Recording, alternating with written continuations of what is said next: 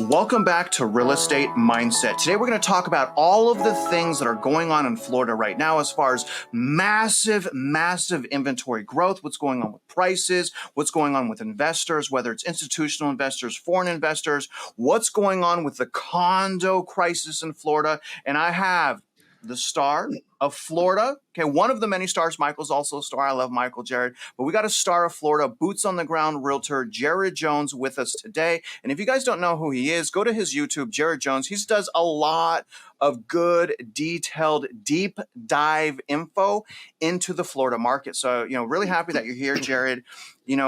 Before we begin, brother, how are you?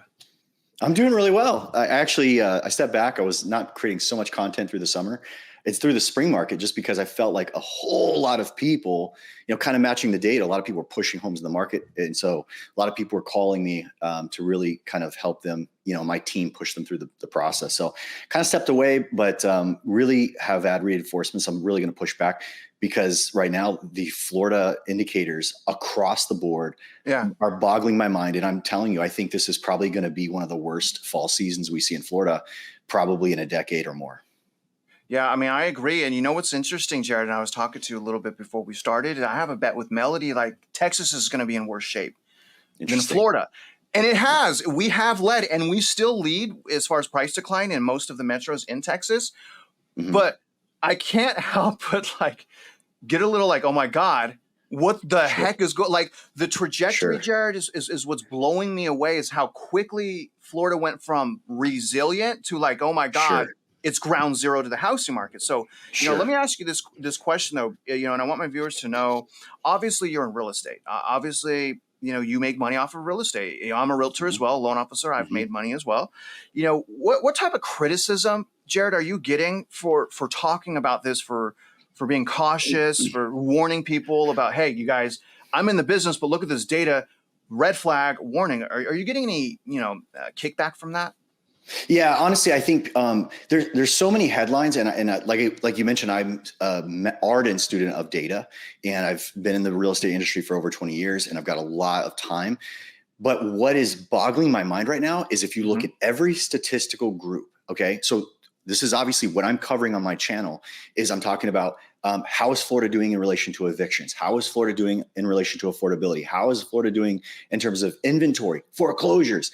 Every single story in the last 60 days, Florida has led the headlines. I like to start saying in my channel lately that every time I look at a graph of inventory or months of supply, I say Florida must be sponsored by SpaceX, because every time you look at a graph, they're literally straight vertical. And it's very, if you look, my base case is this, Travis, is that I think that what has happened in Florida, which is at a breaking point at this very moment, which I'm going to come back to that, is you have an equal parts crazy circumstance where not only is the buyer absolutely squeezed to the point where they can't get in, so on the bottom and mid-range, those buyers are just suffering from affordability. They're weighing out buying a home versus shelter cost, and they go the direction that they can actually afford. Okay. Then on the other side of that equation, and by the way, when you're trying to sell your home and you have a massive amount of competition, the buyers that are moving, whatever's left in terms of our relocation traffic that are moving in and all this kind of stuff, they're facing dropping rents. Okay. So, we'll come back to that in a minute. But if you're now trying to sell a house that already cost a person's looking at my payment to buy with 10% down, or my rental cost being 50% more to buy. And now we have a situation where every major market in Florida is dropping. Rents are falling. And that's, by the way, another statistic that's going against the national, because national US, I think we're right around 1% up year over year last month, but Florida is falling across the market. So then, on one hand, my base case was, my base case is neither party can afford to hold the house. It's not in Florida right now. The real climax of this problem isn't just the buyer can't get in to buy it. The seller can't keep it. So now you have a situation on the seller side where you have this weird dynamic that is absolutely unfolding right now, where you have a seller who is now facing racing HOA fees because there's been a lot of drama, like HOAs don't have the capital. So now all of a sudden they send a notice out to all the people in their community saying, oh, we're $10,000 short on your account for your reserves. You have these kinds of notices coming out and honestly, that's a mild one. There's cases where people are per unit 6 figures down on how much the HOA needs to keep their HOA afloat in terms of the rising costs. These weren't collecting. Yeah, that's freaking. I mean, to have that type of assessment, Jared. Back to the point though, right? Right. Maybe you get a little kickback, maybe get a little harassment for your friends, but you're basically, from what I'm gathering here, who the hell cares? Because now you have every data matrix saying like, hey, you can keep your head in the sand, but I'm not, and I don't care what you think, because I know something's going to happen. I know it's and I know it's going to be bad. And again, we're not going to force people to be cautious. We're not going to do that. So, Jared, let's go into the first indicator. Let's go to the first data set, all right? If I may, because dude, you look ready to go. I can sense the passion. You're ready to light it up, bro. And I want you to light it up. I want you to tell the people what the hell is going on in Florida. And remember, Jared, like the data, manipulation, the variances, the over-optimism, the foolishness, don't think, automatically that people understand what's going on. Most people are like, yeah, we want to believe them, but like, there's another 100, media outlets that are saying, otherwise. So let's start with some data, brother. I'm going to throw up, starting with inventory. Let me just show the viewers real quick how this is looking. Okay, guys, so here's the inventory. This is active, and I'm only looking at active. I'm not looking at pending, Jared. This is from Fred Economic Data. And what I want to point out, other than the trajectory, so the trajectory is absolutely skyrocketing for active inventory, which means there's not enough demand now to absorb the overvalued houses. And as such, we have massive amounts of increase of inventory. That's the laws of supply and demand. But really what I want to point out, Jared, is if we go all the way back to June, pre-COVID, June, home buying season 2019. You guys listen to me. There's more active inventory, active units in Florida versus June of 2019, before home buying season, before COVID. More units now. The whole price run up and the whole like value is going to sustain was built on demand outpacing supply. But that's not what we see here. Can you talk about the impacts of the skyrocketing inventory and what you're seeing on the ground? Yeah. So anybody that's watching Florida has been largely seeing most of the high inventory narrative focusing on the Gulf side of Florida. So anytime, this is dramatically changing in 2024. So, this topic has almost been kind of disparate, where everybody looks at the fact that Florida has and by the way, those numbers on Fred are a little bit, I think it's maybe because of the seasonal adjustments, we're way higher. We're like at 160,000 units. We're matching a time frame that we haven't seen as much inventory that we have now in 5 years. The problem is that here we are 5 years later, we have way less closings and way less pendings because of these threats to the buyer, such as high insurance and high tax and all this. But the point is, you have the narrative now shifting. So where it's not just the Gulf side. Oh, Hurricane Ian came in, and so everybody had to repair homes. We have hurricanes hit just like other parts of the country. You guys are facing that. And what happens is there's this narrative that, okay, well, there's some houses had damage. So there was a slow pent up demand or for supply to push to the market. Now it's here. No, that's not true. You can look at the Gulf side.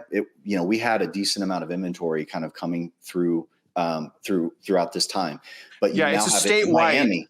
Yeah, it's Miami, it's Orlando, it's Tampa. It's growing in mass. The condo market is nearly 100% up inventory year over year. Huge move. And so when you look at condos and single family as an aggregate, like both, any market you look in, we're up 70, 80%. That's common for any metro. And that's year over year, Jared? Year over year, big numbers. That's freaking crazy. Yes. That's people crazy, bro.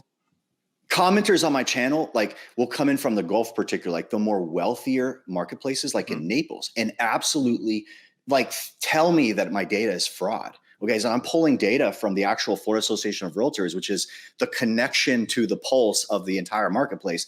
And if you look, for instance, some of Naples, you look at the Panhandle, you look at Miami, and you are seeing a move, months of supply. Okay, so everybody, by the way, loves to look at active inventory. Okay. I like to look at months of supply because months of supply is a calculation between left and right. It's supply and demand. It's like if closings go down to zero, and I've long said this, and I've said this on your channel, if you have buyers diminish to the point where, your months of supply shifts, it would take you forever to sell inventory that's vast, just simply because the buyers are inactive. You don't need so many listings as you had in 2008 to crash your real estate market if months of supply shoots up. Naples is 12 months of supply right now. Let me ask you this question, because a lot of people have a preconceived notion about supply. I agree with you. I think supply is actually, that's kind of a better metrics to look at, because it's both inventory plus demand. So we kind of know it's an accurate gauge. Now, here's the thing, Jared. And first of all, oh my God, 12 months. But here's the thing, okay? Now, you're in the industry. It's kind of universally considered 6 months is what we need for a buyer's market. Have you heard that? Sure. Yes. Okay. Now, I went back in the space-time continuum and I looked back, I don't know, 20 years. And I was like, you know what? I wonder how many years we actually had a buyer's market. When did we have 6 months? And the only time that, going back like 20 years that we actually had 6 months was during the GFC, bro. In 2019, and in 2017, we had 3.7 months. That's it, bro. That's it. 3.7 months in pre-COVID, 3.7 months. What do we have right now nationwide?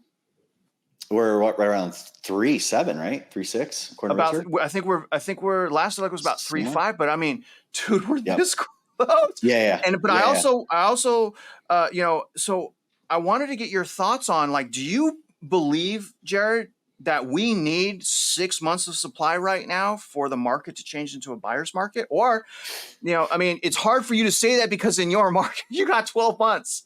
What are your thoughts on that? So I like to really look at, like you did, you looked at the history of a marketplace and you can see tells of, okay, when months of supply does this, all of a sudden there's a corresponding response in price. In Florida across the board, we doubled our months of supply in 2022 when Jerome Powell started raising interest rates, and our median price fell 9% in 6 months. Get that, right? So the pace of your surge in inventory freaks the market out too. So this is one thing that we're seeing now across Florida is months of supply is jumping, and then new listing prices set are falling way year over year. So this is something that everybody that watches your channel, especially if they have a friend, they're invested in Florida themselves, hear this. When you had a 9% drop in median price across the state in 2022, I watched the new prices that were coming into the market at that time, and they barely went negative over prior year. Remember, if you're setting a house price in the market below prior year, that is a leading indicator your prices are in serious trouble when they close. Because by the time you drop the price 2% below last year, then you take 3% less and negotiate down, your 5% in price has just changed. Yeah, I mean, because you got to stay ahead of the market. If it's going down, you stay ahead. Going up, so if the market's doing a downturn, then you're going to feel that with the existing listings, right? So here's the factor of prices in the fall. When you had 2022 hit and interest rates surged, you saw 2%, 3%, 4% change most of metros in Florida, which precipitated a 9% eventual drop in price. Right now, across all of Florida, for the first time, and this is very rare across the entire history, if you look at Miami, Orlando, all of them are anywhere from 6 to 12% down. Miami is the darling of the entire US in terms of price and how aggressive it is and how low employment is. The price is 11% down year over year. Do you have any idea what we're going to see in 3 months? It's going to be mind-boggling. I just did a report on Zillow, and I know it's they manipulate their data, Jared. But if you see price decline in data providers that are manipulating data, then it's bad because they have safeguards in place for optimism. Sure. And there, I believe, was 4 metro areas with month over month, and we're not supposed to have month, and this is to June, so it's lagging. We're not supposed to have decline in peak home buying season. Moving season. Miami finally freaking made the list. And I've been watching Miami for at least the last 4 months. And I've noticed a trend in Miami leading most metro areas, which is freaking inventory growth. And I've been doing these ref, and I'm like, you guys, look at I see Miami's top metro. Okay, guys, 13% up. Yeah, it's leading, but look at this. Look at this leading indicator. Look at the surge. Now, Jared, let me ask you this, all right? Because we're kind of on the same page. You get me super excited, bro. And I know, here's the thing. Well, this is what Jared just said. In 2022, guys, a lot of people are like, oh, the house market didn't crash, but it sure as I almost said it, the S word. It sure as heck did the second half. If you look at the trajectory of what happened the second half of 2022, that was bad, you guys, but it didn't get reported because we didn't hit year-over-year price decline on a nationwide level, according to Redfin, until February of 2023. And so people are like, we made it 2020. What are you guys talking about? It's fine, because it had that little number that's a 3% increase year over year. But what people don't realize, Jared, is in June, it was like double-digit increase. So to get down to 3 from 15, the trajectory is alarming. And now I studied this data, Jared, and I want you to tell me if you agree with this. Okay, I went back into 2022. I'm like, all right, what were their leading indicators? What did we see right before the prices went down? And there's a few things. Number one, we saw massive inventory growth. We did. You go back, you look at the second half of 2022. People freaked out. Call it whatever you want. We had a massive spike of inventory. Guess what, brother? Same thing's happening right now, but in advance. Now, the second leading indicator I look at is price cuts. Price cuts freaking surged right around June on 2022. But guess what, brother? We have historically high, record-shattering price cuts going on right now, 2 months ahead, 2 months ahead of 2022. Guess what? Third leading indicator. Days on market. When days on market got around 30 days, that's when we started having an acceleration in price decline in 2022. And guess what's happening in 2024, my man? Days on market. Days on market's over. It depends in on moving the data season. source. Moving season, brother. Days on market, bro. Days on market right now, according to Redfin, is over 30 days, and we are 4 months ahead of 2022. So these are the reasons why, because people are like, oh, you're just saying what you're saying. It's like, hell no, I'm not. I'm saying what I'm saying because this is what I believe with all my heart. This is what I believe based on my experience, based on me, my pain, being a professional, helping 1,000 people. Jared, do you agree with those leading indicators? Yes. So the scary thing is that all those leading indicators are all down, and we're at the point where the market has the most tailwind. Okay. What people have to understand is in 2022, when the bottom for a blink second, the bottom was, woof, and I think ultimately what happened in 2023, the government started a war or whatever. We funded one, let's put it that way. So we started deficit spending our way back into inflation territory. But here's the point. Jared, hold on. Brother, remember this. And I say this out of love because, dude, there's so much crap that happened. I need you to get my back. I'll get your back. Bro, March 2023, they saved the banking system, the bank term the cracks funding showed program. Up again. Yep. And then what happened after that? Right. And so we got more deficit spending, like you said. I mean, bro, keep going. I'm so sorry. So, okay. So 2022, we had a blip of a potential housing correction that surfed out of it in early 23 with deficit, because all of a sudden Fed raised rates, spooked the market really badly in terms of housing. Then all that happened was the stimulus just came from another source. End of story. Here's the deal. In that last correction, that was a fall season roll off. In 2022, when we saw prices come down 9%, that was precipitated at a time whenever the market typically gets slower for buyers, less, inventory starts dwindling off for the holidays. And it still felt, because it was just the season for it. It's like, okay, it looks bad, but this is what happens every year. That kind of got pushed in the narrative. Right now, you are seeing your markets being tipped when they typically get healthier. Every year, it's like, oh, price gets healthy, inventory drops because all the buyers move from one house to the other while their kids are out of school. No. We're splitting the year in July with a bunch of negative data coming into the hard months. Winter is here now, folks. And I'm telling you, here's the deal. The short of what I just told you all is you had to get a 9% drop in median price in Florida. You had this little dip in terms of sellers just barely bringing their house prices down against low prior year. You got to understand, in the history of all Florida markets, sellers never ask less than the last year. It's always a little more. It's always above zero, always above the zero line. The time in 2022 when it actually dipped, that was rare. That was like, holy cow. And I'm telling you folks, across all of Florida, it's falling like a rock at the time as we're heading into moving season. It's earlier in the year. It's going to be fascinating to see what happens this fall in price. Jared, it's like what you're saying is like we need to do more collabs, man. What you're saying is music to my ear. I've got in trouble for basically calling people out for what you just said. I call out, and I got to be careful because I know people love this guy so much, but clear value tax or clear tax value, whatever the guy's name is. Brian. Okay. I was, yeah. But I'm like, you guys, all he's doing is reading a Redfin article and saying what happened in seasonality. I'm like, you guys, to say what's happening right now is only seasonality, you got to be brain dead, guys. You got to be brain dead. He's an accountant. He's a millennial. He doesn't even know what an overvalued house is because he was still in diapers when I lost everything. So he has no idea.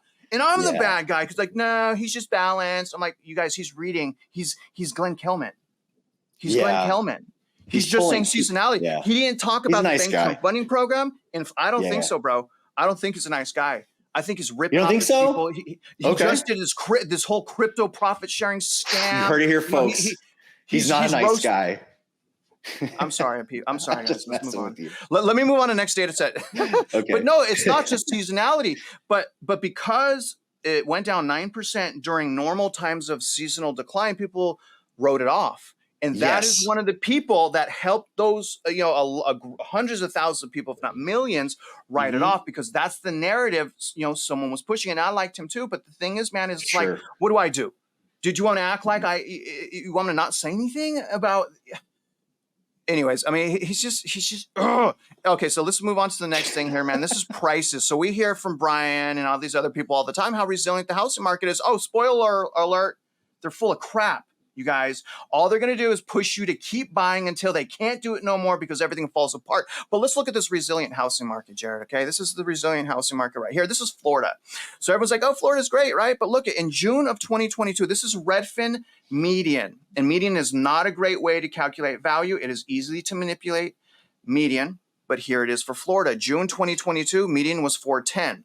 Right now it's 419, which means on average, the median, you made $9,000 in 2 years. So when people celebrate how resilient the housing market is, house value and prices are still going up. No, they're not.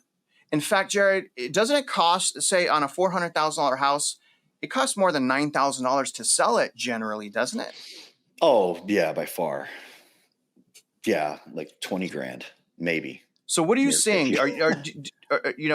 Up until recently, did you see prices, explode? What's going on from a price standpoint? We know inventory is exploding. Yeah. What is going on with prices? So, Florida is also a case-by-case narrative, okay? So you have markets where literally the bolts are coming out of the machine completely. And then there are people that are also yelling at the screen right now that live in an upper scale, Fort Lauderdale. That's still you guys are crazy. Yes. Because you can feel your neighborhood is like everybody that sells is fine. And the person coming in has a lot of money, but it's very touch and go. And I always tell people on my channel, like, do your research because it's changing. But as far as, price is, sellers right now are having a mega hard time adjusting because, Florida has been the darling of the entire US. We had these, policy that was unique through the pandemic that pushed tons of people to move here. Like we became very popular for 5 different reasons. And then it's clearly shifting overnight. And for sellers, they're not, the challenge is saying, okay, there's way more competition, and there's way fewer buyers. The pendings show they're out. So you're seeing a massive adjustment. Just like you said earlier in this broadcast, if you don't price your home into the future of the market, then you are going to be sitting there for a very long time. That's starting to happen in Florida because they're starting to see adjustments in price. We're starting to see deceleration in price. And it's very hard for people that have literally heard the stories that we've had to tell in Florida about how strong our market is and how attractive it is, that it's changing. And so it's become a slow adjustment. It makes it harder when you have people who are pushing hopium, right? Even the most hopium filled people that are out there in our industry, they're just saying, you know, they just keep changing the story, right? In 2023, we had record 30-year low sales. Buyers were like, I'm out. And the story the whole year was, oh, there's no inventory. And now we're seeing it again. We're actually seeing, okay, we might track 2 years in a row as some of the lowest numbers on record, worse than the GFC. Now the narrative's like, oh, the interest rate's too high. It's higher for longer. It's like, well, the interest rate was high last year, but it was a different story. You know, we're changing the narrative. But, you know, as far as Florida's concerned, we have major problems because you have evictions are climbing in our state. So you have more pressure from investors who are just, oh, I was breaking even. All of a sudden they get a call from their insurance company and they say, oh, you're going to have to pay $300, $400, $500 more a month. And then you're negative all of a sudden. And now we're seeing in the data that all of these marketplaces are having to, we're having rents come down, and Tampa's, they're dropping record levels, you know, so Jacksonville's down 12% year over year. These investors are now saying, you know what, I can't hang on. I can't hold this house anymore. And where are these houses being sold? They're being sold low and mid-range where the buyers have left the building. So, I mean, it's been an adjustment because sellers just think that we're still in 2021 and they're up for hard awakening. I mean, there's stuff that we're seeing in Florida this year. And from my peers, they're like, Jared, I list a house, I don't get a showing for the first, you know, when a house enters the market, that's when your biggest and best traffic comes. Like we're having houses hit the market in Florida and they don't see a showing for 2 weeks out of the gates, you know, immediate price reductions. And obviously it's precipitating into the data. I listed my house here in Houston before I rented it because I wanted to be done, man. I just don't want to be a landlord. I never even did. I'm an accidental landlord. And I didn't even have, I think it was listed for like 4 or 5 weeks and I did not have one person look at the house. And it was at market, you know, it was a super nice house at market, did all the right pictures, all that stuff, not even one person. So anyways, we got a tenant that was good, but you know, I want to move on to the investors, but before I do that, let me ask you a direct question about price decline year over year.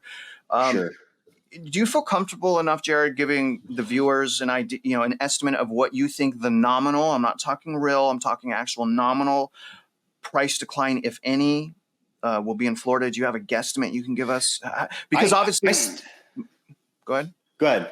No, well, I was going to say more turmoil, right? So there's going to be more turmoil. We know probably 2025, but for 2024 right now, election year, still a lot of inflation, still a lot of deficit spending, right?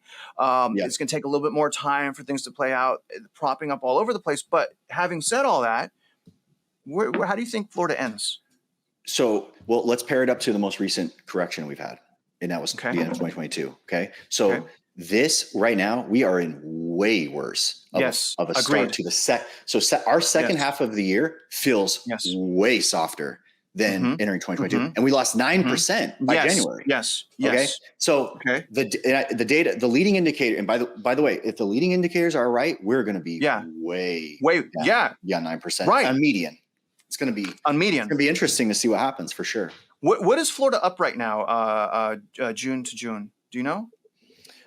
We're like dead flat. So I think we're like 1.7, 1.8. No way. Okay. We're just dead. I call that zero. Okay. Well, let's put this together for the viewers. So second half of 2022, we lost 9%. Okay. So right now we're up 1.7. So if it's worse than last year, let's just say 10 instead of 9 would be conservative. So if it's up 1.7 and it goes down, 10 from now until the end of the year, it's possible that from a nominal standpoint, Florida, based on what we're talking about, could be seeing close to double-digit decline by the end of the year. For sure. Is that what you think? That is possible. Do you think that? What do you think the probability? Again, just the data right now suggest it could be well past 10 in 6 months. I mean, again, I'm going off of history. This isn't me just making it up or trying to make a guess. Like, how in the world do we start with way more elevated months of supply than we did then? Way more elevated inventory. You have the fall off. And how in the world do you do that with the fall off in new listing price? I mean, anyone that wants to debate that, pull any major market, whether it be Jacksonville, Orlando, Tampa, or Miami, pull any major market, pull up your leading new listing price and tell me you cannot make an argument that will be less than 9%. It's impossible. Well, the argument will be emotion. So they'll be like, you know what? I feel that would be the argument, right? I mean, it's interesting, Jared, and I've looked into that and I'm like, that's stupid. But I'm like, actually, when I look at the economy, a lot of it is based on confidence and trust. Sure. Right? So it's like, Sure. what I'm wondering, Jared, is how the hell do people have confidence and trust in the economy and the government and the markets right now? And I think the answer True. is they don't. They don't, True. because we see transactions worse than the GFC, right? True. So I think Yep. really what I got wrong personally is the time. It's just going to take more Yeah. time. We already Yeah. have the data. We already have history. And let me go to the next data set if I can for the viewers. I know we're rambling, but my God, man, you don't know how much I've been preaching about exactly what you're saying. So to have you break it down for the viewers is so refreshing. But I wanted to show you this. This is foreign buyers, and we'll talk about institutional as well. But I just wanted to give the viewers an idea of, how bad foreign buyers are right now as far as Florida. Now, in the last year, this is to March of 2024, foreign buyers purchased 42 billion and whatever, right? But here's my concern. First of all, though, let me show you that Florida, though, and this is why I want to bring this up. Florida is actually the top destination by far, brother, for foreign buyers. It's actually 20% of the foreign buyers go to Florida, whereas Texas, I'm number 2. So you beat me there, bro, at 13%. But take a look at this. This is crazy. This surprised me. 45% of those foreign buyers purchase a non-owner occupied home, whether it's a rental, vacation home, something along those lines. So can you talk to the viewers, Jared, about if you're seeing that slow down, because the data suggests that foreign buyers, it's slowing down drastically. Institutional buyers slowing down drastically. Airbnb buyers actually going up. What's going on Airbnb there, buyers man? go. Yeah. Well, I can tell you that in the markets that I'm watching for investment for Airbnb, there's a lot of supply, and prices are actually already adjusting Airbnb. Is particularly like the markets I'm watching across the Central Florida Beltway, right? So we're talking about like the beach sides, and we're talking about Disney World. And, there's an interesting conundrum going on in this particular segment of our economy. And I think you're going to see a lot more tenant occupied listings, which we see them a lot in Florida right now. Ultimately, why? We've kind of described it. People bought into the idea of this being a popular state and the rents are high. Sadly, investors that are buying here, you don't see them calculate correctly. They always think that they're going to enter at this price point, and then their rents are going to they adjust them up forever. And what has happened is we're seeing a massive amount of Airbnbs hitting the market because they bought them against 2021 income or 2022 income. And then I'm hearing all kinds of stories that in 2023, there were massive revenue downfalls. So and when I say massive, I'm talking like 25 to 35% of property incomes adjusting down. So think about this. A lot of these people, we talk to them every day. They want to buy a second property. This is how they do it. They say, I like to spend time in Florida once or two months out of the year. So they map it out, and they will soon find out that they do not make good money. Okay. They'll find out that. So then what'll happen is they make that adjustment. They say, well, Jared, I just want to break even. Okay. So I want to buy and break even. Well, in a situation like we're in Florida, where your HOA, surprise, our reserves are low. You owe us way more money. Surprise, your insurance goes up 25, 30% this year. Your surprise, your revenues which again, all of this lines up to recessionary pressure. I don't have any other way to describe it. How in the world do we have our Airbnb numbers go down 30 to 35% in 2023, seeing it again 24? Yet when we look at our tourism numbers, they might be down like 15%. It's just people can't afford to pay what they were paying when everybody was getting stimulus money.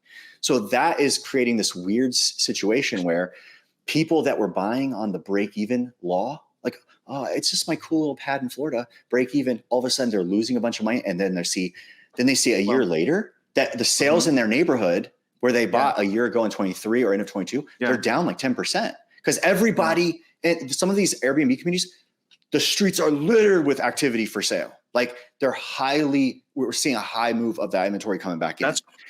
That's crazy. So people are taking losses, man. Like people, I hate to say this, if people are watching, like I've had people come to me and say, hey, I'm losing capital. I'm losing money every month. I'm seeing my value drop. Get me out of it. And then, a $600,000 property, they go to closing and they're paying $100K to sell a year later. This is happening in Florida. It's insanity. when I was thinking about, okay, well, why may that be, right? So this decline in 2023. Well, to me, it's a little bit obvious, man.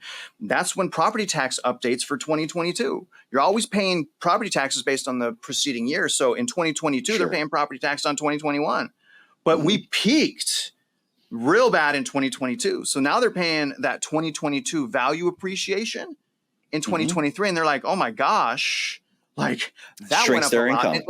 And the other thing that I try to explain to people is like, a lot of people that purchased prior to COVID, they're sitting on $150,000 in equity, but not everyone wants that $150,000 in equity because they can't use it, but yet they're being taxed on it. They have to pay higher homeowners insurance on it. So I believe, honestly, Jared, I think collectively, this may sound crazy, but as a nation, I think we could take the hit 15%, 20% on house values, except for the recent owners. I don't think they could take the hit, unfortunately. But the thing is like, it's like a double bubble now. The bubble got bigger again in 2023. Now it's like, I feel like all these people are now screwed, it's really alarming. But let's move on. Great stuff. Talk, if you can, to the viewers about what's going on with the impact, a little bit more detail with a condo crisis. We hear and see videos and news how bad the condo crisis is. Talk about really how bad the insurance is, the HOA. We talked about the property taxes, but why are so many condos in Florida struggling? Is it because they're old? I mean, what's going on with the condos? Honestly, condos are, this is a pre-show. This isn't even the real show. With condominium and the shift in inventory for condominiums in Florida is up. Months of supply is up 100% year over year. It's like it went from like a 3.5 to a 7-month supply. Huge surge. You have to understand that, yes, we had a condo collapse in Miami, which everybody knows about, is covered nationally. Well, then at the hindsight of that, when obviously governments has to solve those kinds of concerns at times, we passed a law that doesn't even kick in until next year, Travis, that will then require anything over 3 stories to have architecture. And seeing the writing on the wall, anybody in units that are older than 10 or 15 years are probably shaking at what's going to happen, right? Because all of a sudden, whatever those recommendations become for the safety of the complex, boom, you're landed on that. So I think what's happening is there's the fear of the unknown right now. And then there's actually going to be the known, right? Which is going to precipitate a whole bunch more inventory. Like you got no choice now but to know this, And also you couple that with reserve requirements. So laws were passed in terms of how much financial capital HOAs are required to keep. Obviously, you know how this is. You have an HOA board that for years has been like, don't raise my fees. I'm not paying anymore. And they kept it really lower than the law would suggest you should keep them. And then you're seeing HOA boards requiring $60,000 per unit, $10,000 per unit.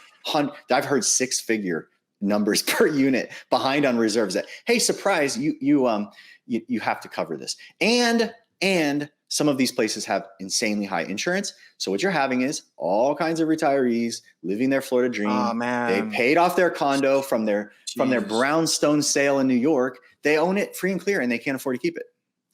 And that's because the insurance and the taxes and assessment. I mean, that's sad. Combined, it's a slam. It's a factor that, okay, how does this not, you're going to have a situation where, we're going to say goodbye to 7 months of supply. We're going to be at 10, 12. By the way, condo months of supply at 7-8 months, that's a number we haven't seen in 12 years. Is that crazy? It's just like the GFC. GFC. That's GFC ending. And Jared, you're crazy.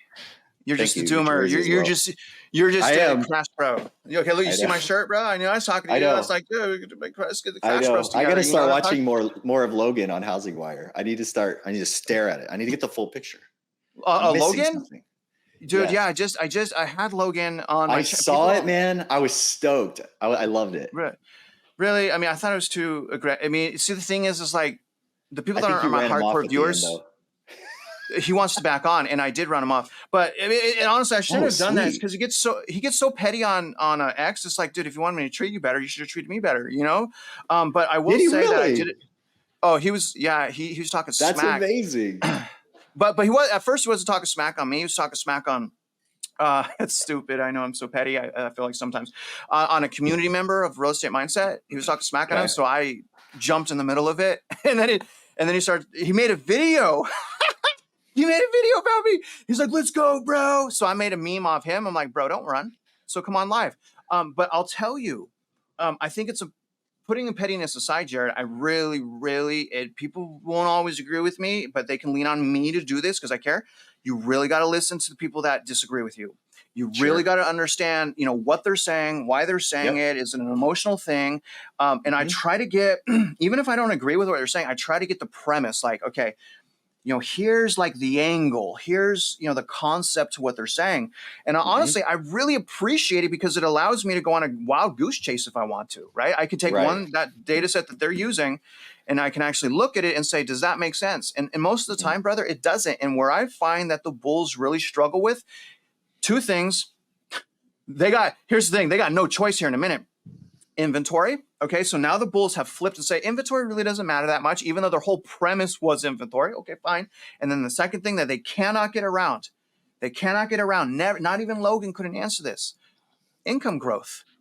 When you look at real income growth, it peaked to 2019 and was been going down for 3 years. What data I'm looking at is lagging. I get it, but we got a lot of room to do on income growth if the values are going to sustain. Yeah. How can they, if people got to pay for this? Go ahead, Jared. Imagine this. You have a Florida marketplace where unaffordability is ridiculous, okay, in terms of purchasing. And I just laid out the groundwork on foreign buyers and investors. The struggle is how do you support rising cost of everything when your income is dropping, okay? Can't. So now we've set our state up with all this.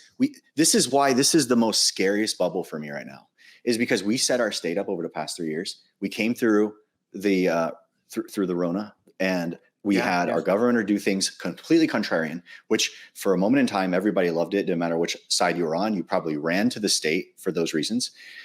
And then we had so much stimulus income into our state from the tourism and all that. It runs it runs your business calculations through the roof. And those things were transacted on those numbers. And now all of a sudden it's not there. Now all of a sudden, think about this. This is to your narrative on the income. How in the world do you have a state where our unaffordability is so bad, our inventory for sale is off the charts and rents are falling? Yeah. Okay. That is it.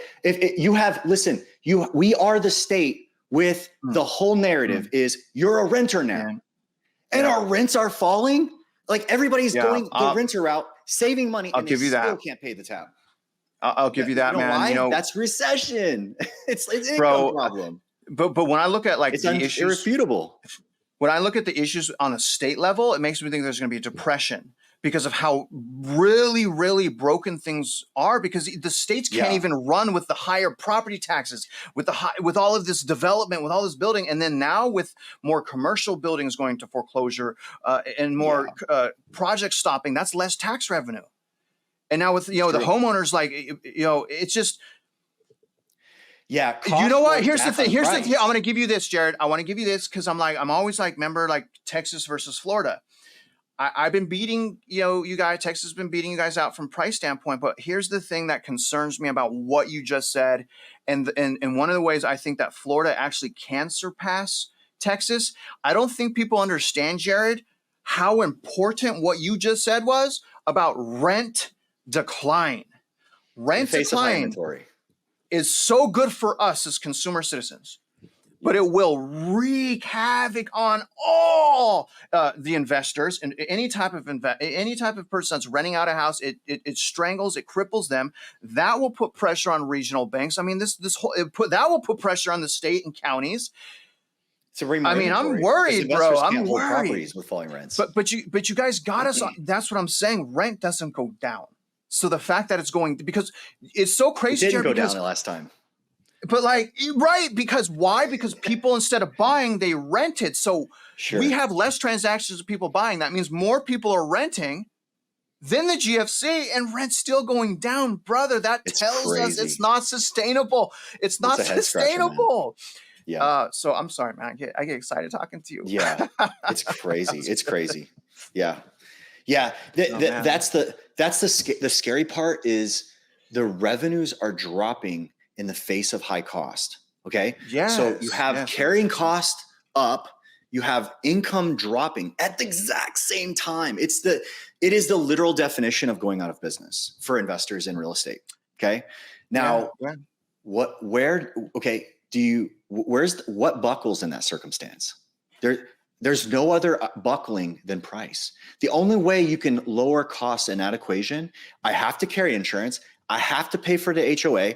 The tax man's not going to take, hey, can we negotiate your tax fee for Florida? It's all there. The only thing that buckles the factor is either interest rate, which is not happening anytime soon, and And that's price. temporary. Price is the only thing that buckles. And here's the thing: say they do lower the interest rates, that's going to raise prices, and so then they won't be able to lower interest rates ever again. And so that's really, honestly, the interest rate's not even an option. And even if they were stupid enough to do that, it's temporary. You got two options. We all got to make way more money and devalue the dollar even more, which is probably not going to happen. I doubt 50-60% increase in wages across the board is going to happen. That's very highly improbable. And really, to me, it's like in our face, the writing's on the wall. It's the prices.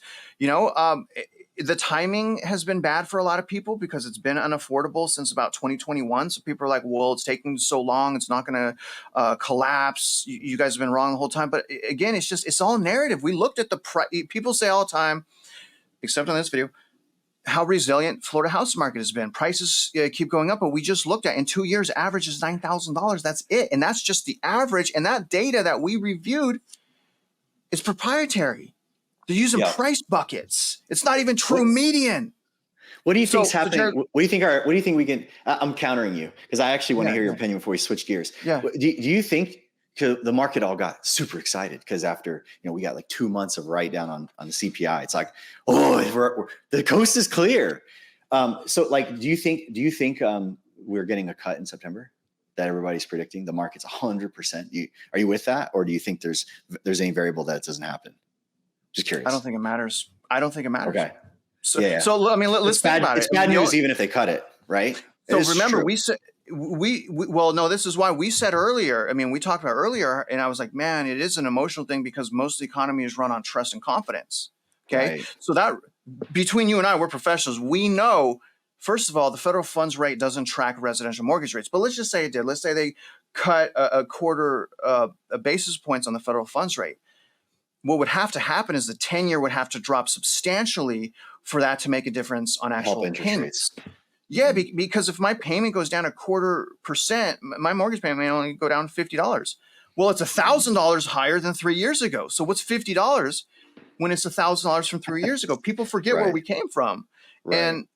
So if we drop a quarter, I mean, to me, you got to ask the question why, and it's unemployment. It's the commercial real estate meltdown, regional banks, and they quite frankly, it's all starting to buckle behind the scenes.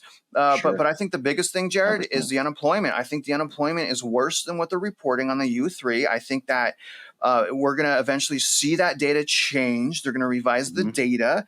And I think that unemployment will spiral out of control. And I do not think cutting rates at a time when unemployment is spiraling out of control, when banks are going out of business, when we have even more foreclosures and bankruptcies of corporations, I don't think that those rate cuts are going to stop it. I think eventually we will get there. But remember, the rate cuts and everything is to stimulate, is to stop the bad. And the thing with unemployment is you can't just stop unemployment. Unemployment is a vicious domino type of effect. And it takes legs out of the stool. I don't care, man. So I agree with you. I think everybody's myopic on how they look at the interest rate. Like the Federal Reserve, the central rate, they're myopic and thinking, okay, if it comes down, everything's better. Like, no. If it comes down, if you look at the history of the Fed, when they drop the rate, it's diabolically a mess. Yes. They drop it when it's serious trouble. They never paced it down over time. They just slam it because wheels are coming off. And that people have to understand that's the dynamic. If those rates are coming down, things are in bad shape, like you pointed out. And here's the other thing, man. Even say they did a quarter basis point cut, as long as the Fed doesn't purchase mortgage-backed securities, even if they cut 75 basis points this year, there will be a drop. The bond market it's time to, load up here and there. But again, they got to stop buying mortgage-backed securities. We had 0% interest rates, Jared, up until about, I don't know if you know this, about 2016, 2017, we had 0% interest rates. Yeah, free money. But the thing is like rates were still 4 and 5%. So the Fed purchasing mortgage-backed securities from these regional banks and these lenders actually, in my opinion, has a bigger impact than the actual federal funds rate. Mm-hmm. What do you think about that? If the Federal Reserve buys mortgage-backed securities, it's definitely it artificially deflates rates. Like, we know that. They cut that off. The interesting thing I think everybody missed with Jerome Powell, which, by the way, President Trump says if he's elected president, he's going to keep Powell in that spot. Yes, thank God. I think for all the praise and assumptions that we're having a rate cut in September. Jerome Powell said to Congress last week, hey, listen, higher for longer is good for future housing buyers. Nobody missed that. I think everybody missed that. He said it is actually good for housing for future buyers, for the buyers that are coming, if we leave rates elevated. And now, what is that? What is he saying? How is it that rates elevated are good for housing for the future? Well, that's the narrative that he kept repeating every time Congress was pushing him on rates. It was always, I'm controlling demand, and this is how we can get the price stabilized. Mm-hmm. He's saying, I want a commitment to get housing to affordability for the future. Now, without dropping rates.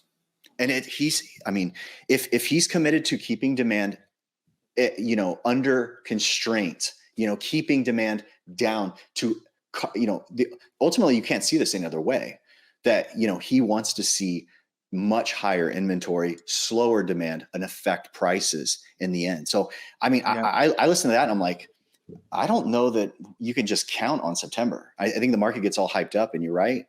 I'm curious, do you have, and this may be something you edit out of the video, but I'm curious if you think, how either political candidate would affect the housing market. I don't know if you want to share that. You're just like, hey, what is the outcome if either side wins? Do you think there's a degree of difference? Yeah. I absolutely think there's a degree of difference because of the deficit spending and inflation. And then also, I'm not going to get political, but if we look at what point was the federal funds rate increased from the GFC, at what point was quantitative tightening initiated since the GFC? It was during Trump's presidency. I'm not saying who I'm voting for. I don't want to disrespect my viewers. I love them too much for that. I want the unity. But nevertheless, that did happen when he was president. And before that, since the GFC, it did not. They were still doing quantitative easing, and the federal funds rate was still zero, or it was like 0 to like 0.125 or something like that, or 0 to 1.8. So I believe that as long as my concern though with if Trump's elected, I don't want him to go in there and disrupt Jerome Powell. I'm starting a little bit more and more and more. I'm starting to have a little bit more faith in Jerome. And the main reason is I don't want him to do that, is I don't know who would replace him. And I'm really scared that after 2 years of work, just let this man, keep working. I think that we needed interest rates higher. But I definitely think that if Trump comes into office, I'm hoping that there will be less deficit spending, hopefully less wars. I am concerned because on one hand, it's like, remember he was talking about 0% interest rates and how we need like negative interest rates. Like, that's horrible stuff, right? But I also remember before he said that, though, they raised the federal funds rate. So I think he said that because of the circumstance with the lockdowns, right? Mm-hmm. I think that if it's in his hands, we're still going to go through the pain, but I think we get through it more clean. And I think we get through it making potentially more lasting changes. That's my hope, bro. Like, I don't trust no one, okay? My hope is with him, it's a little cleaner. You're going to make lasting changes. It's still going to go down. But my concern with Biden And again, I'm not getting political here, but this is my concern. My concern is just more money printing, more deficit spending, and they're just going to turn a blind eye. They're going to keep manipulating data, and the things will get turn into potentially depression. I mean, I don't know how else to say it, man. I mean, it's been broken. I've been watching from administration to administration deficit spending, and none of them are innocent. None of them are 100% trustworthy. None of them care really about. My point is, man, is it's going to get bad regardless, but I think it gets a little less bad and potentially a little bit better changes if Trump gets elected. I don't know, but that's where I would lean. What do you think? On the outside, I would say that, kind of what you were talking about is a lot of the economy is based on feelings and how the confidence factors are. I think the media coverage of the economy during a Trump presidency will be vastly more negative and realistic. I mean, there will be no holds barred. I feel like right now you're constantly being you're being gaslighted constantly in certain outlets. I think certain outlets are calling it straight, but there's this idea of cheering for the home team, right? And everybody wants to think they don't have bias, but they do. And ultimately, I think that the coverage, if this were a Trump presidency, the coverage right now would be way different, right? Like dark. It's almost like right now, yes, it would be dark. Like you have like lead economists, the New York Times, coming out and almost writing pieces saying, you feel broke, but it's all in your mind. It's not real. Because they're trying to mess with. Do you see what they're doing, Jared? Yeah. You're trying to tell me that you're trying to tell me that my eyes, yes. my brain, my heart, disregard that. It's overriding the grocery bill. You don't see the grocery bill; it's all in your head. But so Paul Krugman has written multiple times about something called vibeflation. It's a vibe, guys. It's not that you feel the pain of your insurance bills and your it's a vibe. It's not you're not in touch with reality, basically. So I think a lot of that will disappear in a different administration. I'm not convinced government will shrink under Trump. I definitely think the investments we make as a country would change. That will affect spending. But at the same time, I don't care. I mean, honestly, whoever gets in, like you said, I think the pain's coming. I think we're spiraling into it right now. And whoever is in the place is going to have their hands. So I couldn't imagine wanting to be a president in the cycle we're about to end up in, honestly. Jared, you called it, though, bro. I mean, we just talked about it. It doesn't matter who's president. It's like you got income or you got prices going down. So even if Trump's elected, unless he can get us all 50% raises, the prices are going down. That's true. It doesn't matter. I mean, and so I don't care, man. True. What I want to stop happening is the fighting, the anger, tribalism. But I also don't want people to be silent. I want people to talk, man. I think people talking about their beliefs is important. I don't think my channel is not the platform to do that. But if you want to go in the comment section, I encourage everyone to, even if if they want to roast me, if they want to call me crazy, call me names, put it in the comment section, man. I want people talking. I want people thinking. I want people questioning me. I want people questioning everyone. I don't want to be here saying a hypocrite. I'm not perfect. I'm not God. Question me, because here's my legacy I want to give back, with my channel, Jared. I want to make people so empowered, citizen consumers so empowered that they become teachers. Sure. That's the legacy that I want. And there's a lot of stuff we have to cover with purchasing a home and how that works, but it's not hard. It's just tedious. It's not hard. It's just tedious. And so I think that, I think we just got to keep talking, bro, and as long as it's like not this foolish type of optimism or like on either side, like not foolish, because there's people foolish doom. I see these realtors. There's realtors out there that are just saying what they're saying to get the views so that people send in the applications. I'm not selling anything right now. Dude, I need to, because my God, the inflation. I mean, when you're a teacher, you lose so much money, man. When I was in sales, I was making like 3 to 4 times more. I mean, my God. Right. But I got hurt, and I don't want to be a part of a transaction where I potentially put people in a risky situation like I was in when I had my foreclosure, repo, and tax lien. I'm not willing to do it. I'm not. Yeah. Okay. Life's a little bit harder. It's a little bit more stressful. Sure. But at least I'm not hurting innocent people. And I say innocent. And Jared, ultimately, it's their decision. And let's move on to the last part of this video. If you can, tell viewers, Jared, like, specifically, if first of all, these trends are happening around the nation. Sure. But what could people be doing right now in Florida that are discouraged, that have given up hope? Like, we're never going to be able to buy. Let's just go on a cruise. Let's just go watch Taylor Swift. Who cares about this crap? We're just giving up hope. Yeah. Give them. Yeah. Tell them what they should be doing right now. Yeah. I mean, I would say be excited. I mean, I feel like a lot of the hopelessness comes from how long the ride has gotten. I think a lot of people that have seriously had a real sincere desire to be a homeowner, I feel like the optimism really grew in 2022 that maybe that would happen as interest rates started to turn and stuff like that. And then ultimately it's just taken more time. So I think, I would say be encouraged. And I think a lot of us lose sight of the fact that the last time we had a serious correction, it took like 5 years to take hold. And this one there's nothing like the bubble that we're in that's ever been seen before. I think there's been an underestimation or, short understanding of, okay, how long will it take for this much stimulus to shake itself loose and actually have some price discovery? So I would tell you, be smart. I'm not saying even that you should never buy, but I'm saying on one hand, if you're an investor, plan for reductions in revenue. Be smart. Do not come in with I'm going to buy with a break-even mindset. Okay. In the market we're in, try to get something wholesale-ish. Try to get something that's sweat equity opportunity. But at the same time, plan 10, 15, 20% for an adjustment in income in the near future, so that if that happens, okay, if I see, maybe I'm break even in this place, if there's a 15, 20% shift in my income downward, I'm still okay.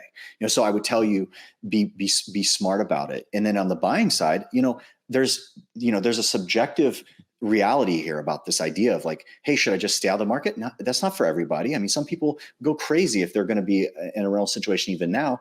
But if you're financially stable and you're going to buy a property in Florida for a very long time, or anywhere else, Texas is the same. Same exact rules apply.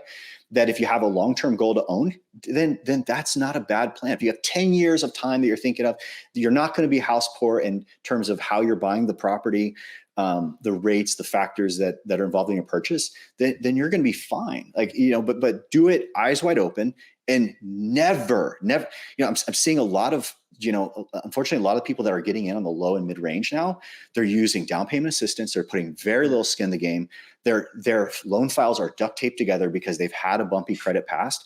And if you're literally just getting over the bar and then borrowing nearly all the money to do it, trust me, that is the next banking situation, coming to happen. You're going to face situations where you yourself could, you're one speed bump away from completely having everything disrupted and becoming a foreclosure victim. So I just tell you, be very smart, even in the market. Like if you want to buy, but don't buy with a short-term plan. Don't buy with any sense of financial weakness, or actually having measured those steps for yourself. And that's what I would say.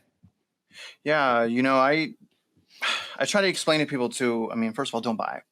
I'm just gonna say don't. but I'm like, right. There's like always a but. Okay, I gotta admit it. There's always a but, and I still fine. So I teach. I'm really good at buying, right? Even though I'm saying don't buy. Dude, I don't want to say I'm a stud, but dude, I know a lot of different stuff as far as loans, realtors, data get. So here's the thing. Even though I'm telling people like, fine, right? Like here, let me teach you wedge. Let me teach you cash flow and why you would need it even with your primary residence, right? But here's the thing that people cannot plan for, bro. And this is my concern, that even people buying right now that are buying with the wedge, cash flow, proper expectations, waiting 10 years, people don't plan on losing their job. And that's my concern. You can't plan for that. I mean, the only thing you can do to plan for that is you have money saved. Right.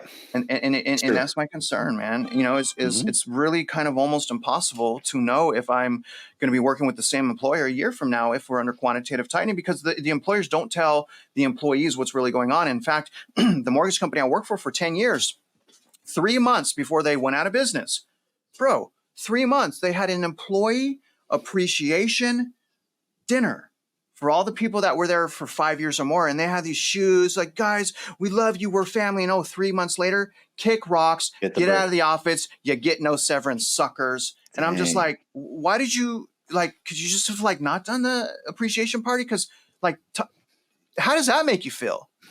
Right. It's true. So you That's don't. true. So it's hard, send bro. off. I mean, it's just Yeah, so it's too bad. hard, bro. So yeah, it's hard to know what to do, because For sure. if you got $1 million saved and all you want is $100,000 house, that's different. That's Sure. different than if you want a $400,000 house and you have $15,000 saved.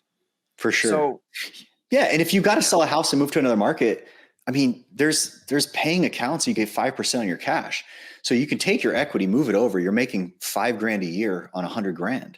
It's the offset in the savings. Like most of these markets, you're paying less for rent than you are to buy the same property, right? You put your if you sold a house, you put your equity in the bank. Wow. Again, this is market by market. This is going to be very different. But if you feel you see smoke, there may be fire. There may be an opportunity for you to wait it out and see, how 2025 plays out. bro, I think we're past the smoke. I mean, I think that there's flames, but the power, the elites just figured out how to change the flames to the color blue. And so people are like, wait a minute, that's just a little, that's the blue flame. That's the least hot part of the flame, or it's the hottest part. People just don't know, right? But there is freaking fire. You can see it. You could choose not to see it. I mean, it's just so crazy, man. So Jared, listen, I'm going to let us out here. We were talking for a little bit longer than I thought, but it was a great conversation. You guys, don't forget to go to his channel, Jared Jones on YouTube. I'm going to get us out of here, but Jared, why don't you go ahead and give us some parting words here, and then we'll end this. Yeah, I mean, like I said, I do think patience rules the day, and don't be hopeless. Be smart about what we're about to head into. Make sure that you're not doing anything silly with your finances, and open the conversation up. Like I think the idea of kind of going through this cycle of life too with who we're about to vote for president. I think it creates this huge friction between us as people. Like, let's not let that happen. Let's find ideas we agree on, and let's keep talking about not just real estate, but the ideas of how we want to live together as neighbors. I would say that, and peace, love. That's it. Yeah. I mean, dude, the idea, and that's one of the big reasons why I'll constantly listen to people that don't agree with me, because their ideas, I want to know their ideas. And honestly, Jared, a lot of them are just complete nonsense. But every once in a while, like with Logan, that's why I talk to him. Like, he's got some good concepts. I don't agree with them, but he is. And he took me down a path to look at data that from the 1980s. And by doing so, I was able to actually, I found a counter to your point. But I didn't know to counter the point on the spot because I didn't know the data that you were using. But again, studying what they're saying, you go back and I'm like, wait a minute.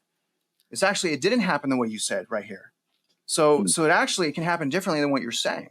But it's very interesting though. It's very interesting how, but I will say that him, and then there's Lance, they're pretty much leading bulls right now. So those are people I try to listen to, even though it's kind of the same thing. But anyways, Jared, hey bro, we've been talking for an hour. Much love to you, man. Thank you for helping me to break down Florida. And then I really appreciate you not only just breaking down Florida, but just what we've been going through for the last 2 to 3 years. It's very refreshing that I meet another person that sees. Sure. Absolutely. That just sees. Anyways, brother, I will see you later. And to the viewers, if you guys are out there investing in real estate, you should probably stop. You should probably not invest right now. But if you are, okay, we wish you luck and we hope it's true. You win.